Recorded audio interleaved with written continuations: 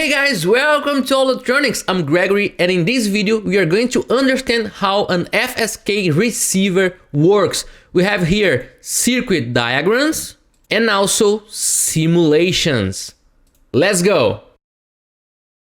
So guys, let's start first taking a look in what is an FSK modulation. FSK stands for frequency shift keying. Is a modulation kind where we transmit the bit stream. The information is transmitted in shifts of the frequency, in shifts of the carrier frequency. Here we have an example of two ways to generate FSK signals. We can have two oscillators, as we see here in the first part of the figure, and we can switch between two NCOs, two oscillators or two VCOs to transmit each bit. If the bit is a 1, we're gonna use one of the frequencies, and if the bit is a 0, we are going to use the other frequency. So we have two oscillators and a switch here, switched by the bit stream. This is not the best way to generate an FSK signal because we are switching between two free running oscillators, and as the frequencies are different, we can't lock the two oscillators. We always gonna have some phase difference at the time of switching. In this example, the 1 is the red, the faster oscillator, and the 0 is the blue, the slower oscillator. Always we have a switch, the phase jumps to the phase of the oscillator used. So we can see that we have these discontinuities in the phase. These phase jumps here generate very high spectral leakage outside the main bandwidth of the signal. So we can use another way of modulation here. We can use one oscillator and we can switch between two phase constants, F1 and F2 here, and the bit stream is switching between the two control words of the NCO. Now the NCO is generating a continuous wave because the NCO is an integrator, and when we generate a jump here in the control word, it is not a problem because the NCO will integrate this new value and the output phase will be continuous. This is the preferred way to generate an FSK signal. And I have a question for you guys that I really don't know. Is this the definition of continuous phase shift keying? Because continuous phase modulation is a very complex modulation that needs very complex demodulators. And I'm really not sure if this here is indeed a CP-FSK signal. But I know that this is the preferred way to generate an FSK modulation. Well guys, we have here a simulation of the transmitter. And we can see here in the upper plot, we have the bit stream, 0s and 1s here. Here's a message I encoded. And here in the bottom plot, we can see the IF signal. It's a 1 MHz IF signal generated with the NCO method. And you can see here in the transition of the bit stream that the phase is indeed continuous. You can't see the transition. And as the IF here is much higher than the bit height, it's pretty difficult to see the difference in frequency here. But believe in me, here in the 0 portion we have one frequency, and here in the 1 portion we have another frequency. And this modulation process is happening for all these samples here, for all the bit stream we have here in the simulation. Now we need to create a way to receive this. And the demodulation process is more difficult than the modulation process, but you're going to understand how it works today. We can start, guys, with this basic idea here. If we have two frequencies that represent the bit stream, the 1s and 0s of the bit stream, we can use two bandpass filters to measure the IF signal, the IF or the RF signal at the input of the receiver. So if we have two bandpass filters, the upper filter centered at F1, let's say this is the frequency of the 1, and the other bandpass filter centered at F2. Let's say this is the frequency of the 0, the 1 bit and the 0 bit. We have two frequencies. If we pass the signal through the two bandpass filters at the same time, when we are receiving a 1, the amplitude, the energy in the output of the upper filter will be higher than the energy in the bottom filter. When we are receiving a 0, the output energy of the bottom bandpass filter will be higher than the output energy of the upper filter. So if we place two energy detectors, each one in the output of each bandpass filter, we can measure the energy presented in the output of each bandpass filter. And if we subtract the two energies, we have a signal that resembles the bitstream. Because when the energy in the upper arm here of the receiver is higher, the output signal will be positive, representing a 1. When the energy in the bottom arm of the receiver is higher, the output signal will be negative, generating a signal that resembles the bitstream. Yeah, look at this. We have 1 1 0 1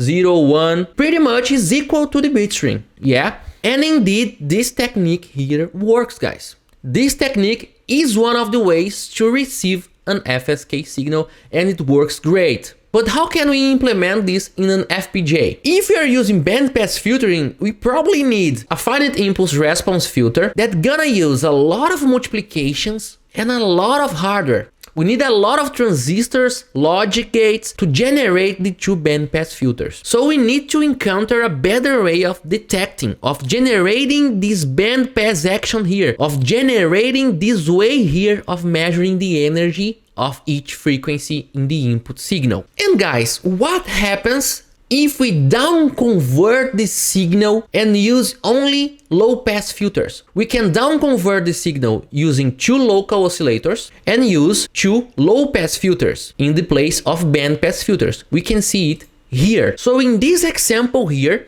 we are down converting the input signal using F1 and using F2. The upper arm down converts by F1 and the bottom arm down converts by F2. And after down conversion, we have a low pass filter. Here in this case, an average filter or an integrator. This is the same. An average or an integrator is the same thing, is basically the same thing. Well guys, down converting the signal and applying it to a low pass filter is exactly the same as up converting the low pass filter, generating a band pass filter. From the mathematical perspective, it does not make any difference the 2 point of views. We can see this operation as down converting the signal and applying in a low pass filter, or we can look from the point of view of up converting the response of the low pass filter, generating a band pass filter around the F1 frequency. And actually guys, this is exactly what a discrete Fourier transform does. The Fourier transform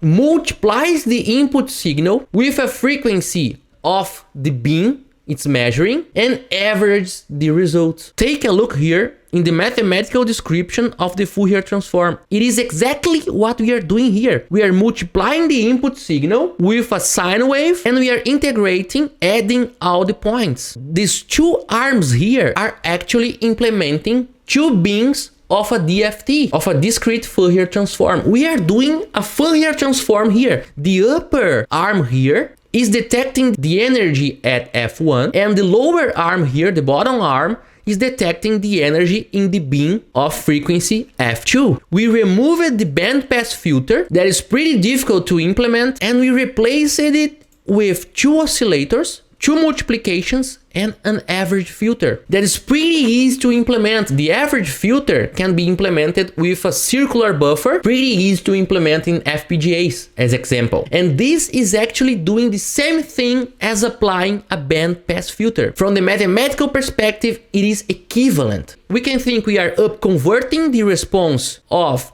the low pass filter, or we can think we are down converting the signal to the band of the low pass filter. It doesn't matter, it works. So after the detection, we need to apply this square operation that will give us the energy, because here we have the amplitude of each frequency, the amplitude of each beam, and we are interested in the energy. So we apply the square operation, subtract the two signals, and we have here the bit string. Amazing, guys. We have here a working FSK receiver, but it has a major problem. This is not exactly a DFT. This is part of a DFT because we are only multiplying by a cosine. So if the IF signal in the input of the receiver are exactly 9 degrees out of phase of the local oscillators, we're gonna get zero energy, because this is the same as analyzing a sine with a cosine, the correlation is 0, or it is the same as analyzing a cosine with a sine, the correlation is 0. So this detector here will not work because it is phase sensitive. The energy detection here is only detecting the amount of energy that is in phase with the IF signal. We need to create a receiver topology where the phase doesn't matter, where we can measure the power of F1 and the power of F2 without knowing the phase. And this can be implemented using Quadrature demodulators, because a Quadrature demodulator is actually implementing the full discrete Fourier transform. Take a look here, guys. This exponential here is actually a sine plus a cosine. This is why the DFT gives us the energy and the phase of the signal, because it's measuring the phase using a sine and a cosine, two quadrature signals, to have the analytical representation of the input signal. And we can do this here in our receiver. We can use quadrature oscillators measuring the energy with a sine and a cosine. We use this for the upper arm here to detect the energy in F1, and we use it here in the bottom arm too. We repeat the circuit 2 times. Each oscillator now is generating a sine and a cosine, and we are detecting the energy in phase and the energy in quadrature. If we have 2 detectors in quadrature, now we have the analytical representation of the signal, and we can detect the analytical energy of the signal, because you're detecting the energy that is in phase and the energy that is out of phase. This is beautiful, guys. So now we are indeed implemented a DFT energy detector for F2 here, and a DFT energy detector for F1 here in the upper part. Now we can subtract the 2, and the signal that follows is the bit stream recovered. Beautiful. And the phase doesn't matter, guys. If the signal in the input is 9 degrees out of phase, the sine will detect the energy. If the signal in the input is exactly in phase, the cosine will detect the energy. And if the phase difference is in between 0 and 9 degrees, the combination of the 2 will detect the energy, because now the energy is spread in the in phase and the quadrature, but we have 2 detectors, one for the in phase signal and other for the quadrature signal. Beautiful, guys. And this works. I have here the simulation. Take a look here, guys. Look at this. This is the bit string on the transmitter, and here the recovered bit string on the receiver with a signal to noise ratio of 0 dB. You can download all the simulation files being a patron of the channel. The link is in the description. We see that we have pretty good margin to detect the signal. Pretty good margin. Let's zoom here. Of course, we have a delay. This delay happens from the action of the average filter, of the DFT operation we are doing. And we have pretty good margin to detect the signal. If the signal is positive, we have 1 or zeros, okay? And if the signal is negative, we have the other way around. But now, guys, we need to have a bit synchronizer. We detected the continuous bit string. This is the continuous bit string that the receiver is detecting. But we need now to sample this bit string exactly in the right points to detect, to sample the actual data. And I have a video about clock recovery. You can take a look clicking in the balloon to learn more about clock recovery. So we need to get our receiver here, place the receiver here in the side, and we need to add more logic here, more subsystems to recover the bit time. And this is called time synchronization or time recovery. Here in this example here, we see that we need to sample exactly in the right moments, because if we sample the signal in wrong moments, we're gonna read an erroneous bit string. So how we gonna sample this?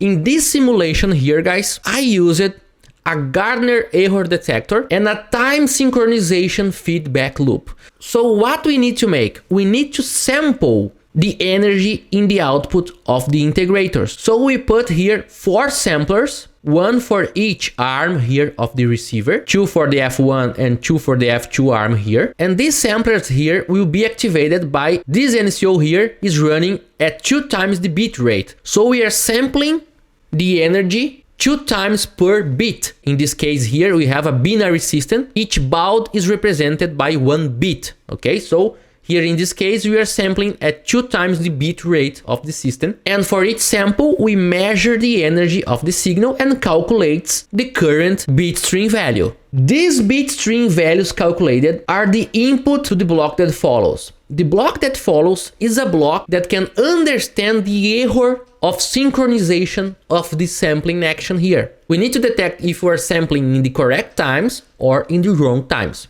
So for this case here, I used a Gardner Error Detector. And I want to talk more about this kind of detector here in the next video. But what we need to understand is that this detector here is measuring and generating an error signal that tells us if we are sampling in the correct points or in the wrong points. This error signal now is applied to a PI controller that controls the NCO that's doing the sampling to correct the NCO. So using feedback action, the PI controller can correct the sampling time so we have 0 error in the output of the timing error detector. Here in this case, the Gardner Error Detector. And we can see the example here, guys. Take a look at this simulation. Look at this. Look how beautiful this is. In blue here we have the recovered bit stream in the receiver. And we can see that the receiver starts sampling in the wrong points. But this sampling in wrong points generate an error. Here we can see the error. And you can see that as the PI controller is running, it is correcting the error. You can see here that the gun starts to sample in the right points. Here it is still a bit wrong, and you're going to see that it will start to sample pretty well here in the correct points. So now if we get the sample at these points here, where the samplers are closing, and we detect if the sample is positive, we have a 1. If the sample is negative, we have a 0. We recover the baud rate of the system that for this case of a binary system is indeed the bit rate of the system. So we need this closed loop here to control the samplers to sample the signal exactly in the right time points here. And this is pretty much an FSK receiver, guys. We have only one more thing to do here that I don't have simulation because this is where you're gonna simulate the system, okay? This is your homework. We need to correct the receiver for frequency offsets.